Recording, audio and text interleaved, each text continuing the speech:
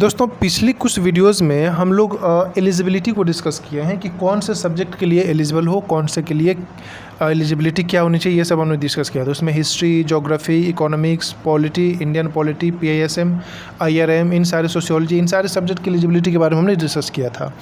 और एलिजिबिलिटी भी कुछ खास नहीं है, नॉर्मली कोई भी स्टूडेंट उसके लिए अप्लाई कर सकता है, ऐसा है उसकी एलिजिबिलिटी, क्योंकि जेएनयू इन सब मैटर में बहुत ही ओपन है, लिबरल है।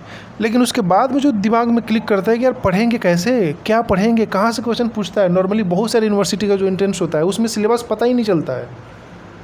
उनका सिलेबस जो होता है बहुत ही वेग होता है, अस्पष्ट होता है, मतलब क्लियर ही नहीं होता है। हम लोग इस वीडियो में डिस्कस करेंगे कि जो पॉलिटिकल साइंस कोई स्टूडेंट अगर अप्लाई करने वाला हो जेएनयू से, तो उसके लिए पीजी में क्या सिलेबस होना चाहिए एंट्रेंस के लिए।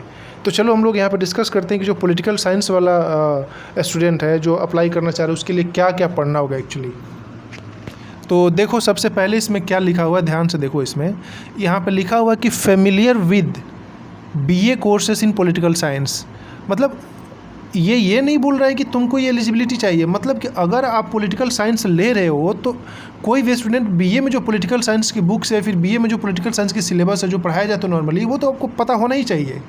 ये इसने बोला हुआ है क्योंकि एंट्रेंस में यहाँ से क्वेश्चन पूछे जाएंगे। समझना बातों को, कोई एलिजिबिलिटी नहीं है, लेकिन हाँ ये तुमको पढ़ना होगा तभी तुम वहाँ पर आंसर कर पाओगे, अदरवाइज़ नहीं कर पाओगे।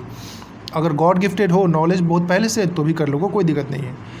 अब देखो जो नॉर्मली क्वेश्चन पूछे जाते हैं ना पॉलिटिकल साइंस में जेएनयू के एंट्रेंस में पीजी के लिए, उसमें 3 यूनिट है टोटल, अलग अलग यूनिट में डिवाइडेड है। यहाँ पे समझना, फर्स्ट यूनिट में देखो यहाँ पे लिखा हुआ है कि सोशल एंड पॉलिटिकल थॉट, किसका, मॉडर्न इंडिया का। मॉडर्न इंडिया कब से स्टार्ट होता है ये तो तुमको पता होना चाहिए। उसके बाद में जो social and political thoughts develop हुए हैं उसको तुमको पढ़ना होगा। अलग अलग बुक से आती है, बुक हाइब्स की भी बुक है जिसमें सारे थॉट्स दिए हुए हैं, वहाँ से कवर कर सकते हो।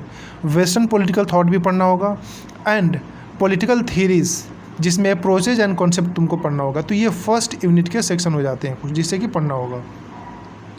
ये सब ग्रेजुएशन बेस्ड है और एनसीईआरटी बेस्ड सारे सेक्शन यहाँ से कवर हो जाएगा।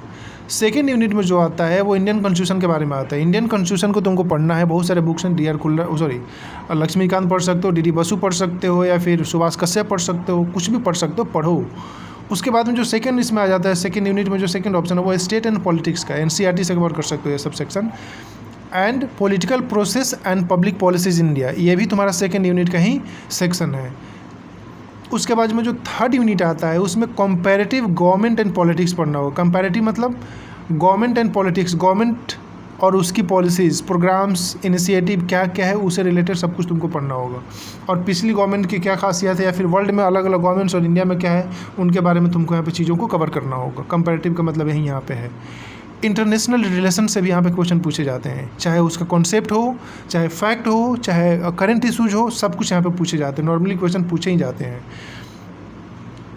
तो ये पॉलिटिकल साइंस से रिलेटेड कुछ क्वेश्चंस सिलेबस है जो कि तुमको यहाँ पे कवर करना होगा। अब समझ लो कि कवर कहाँ से करोगे, सबसे बड़ा तो ये सवाल आता है।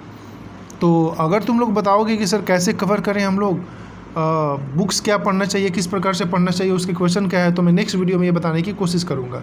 लेकिन अभी फ़िलहाल मैं केवल ये समझो कि तुमको पढ़ना क्या है, केवल सिलेबस को समझो बस। तुम लोग मुझे कमेंट करना, मैसेज करना, तो मैं नेक्स्ट वीडियो में ये बताने की कोशिश करूँगा कि किस प्रकार से तुम इसको कवर कर सकते हो, कहाँ कहाँ से, कौन कौन से बुक से इसको पढ़ सकते हो। Thank you so much.